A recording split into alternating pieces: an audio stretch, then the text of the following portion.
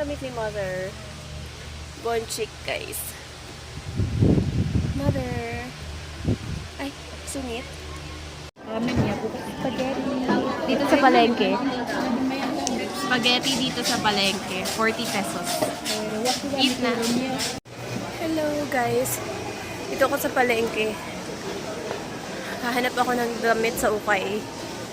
1960s fashion. Ay, grabe.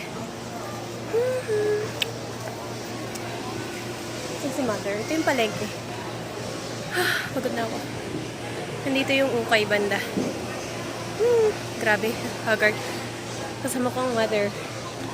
Kasi pag wala si Mama, hindi ako marunong maghanap masyado. Mas magaling siya maghanap.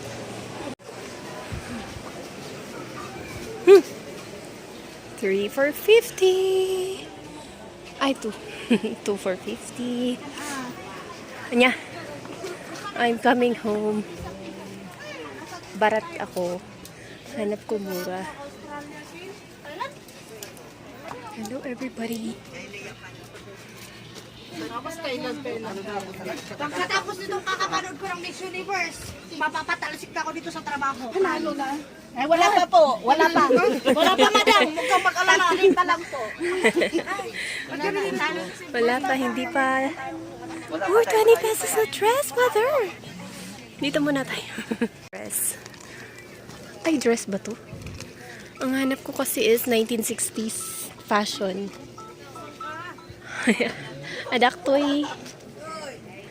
250. Ito mga bago pa. So, 250 siya. Mado tayo sa 20. Mga alkal.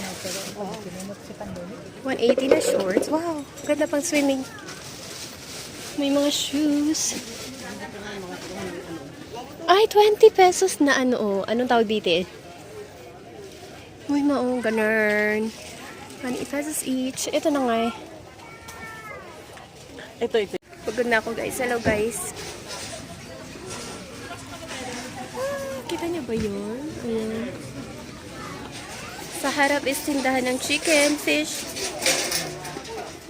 Dito ako sa close na pwesto. Naintay ko sila. Dami kasi naming bit-bit. So, nagpaiwan na lang ako para hindi na ano. Ang init. Tapos yung boses ko. Alam nyo ba, guys? Kinabahan ako kanina kasi nawawala yung wallet ko. Ako pa naman pag nagsusukat, iniiwan-iwan ko yung gamit ko kung saan-saan. Pero nasa harapan ko nakikita ko tapos sumawala yung wallet ko. Grabe. Yung pala na kay Mama daw. Dun sa bulsa niya. Loka pa ako. Ayun lang, guys. Ayun na. Napagastos ako. Pero okay naman. Nakabili ako ng skirt. Yung skirt na suot ko ngayon, nabili ko 50 pesos. Diba? Hindi ako nag-i-skirt, pero siguro mag-skirt na ako. Na-inspire kasi ako sa mga classmates ko na naka-skirt. Ito yung sa likod ko. Oh, diba? Mga malaga sila. Hintayin ko si Mother. Bye-bye!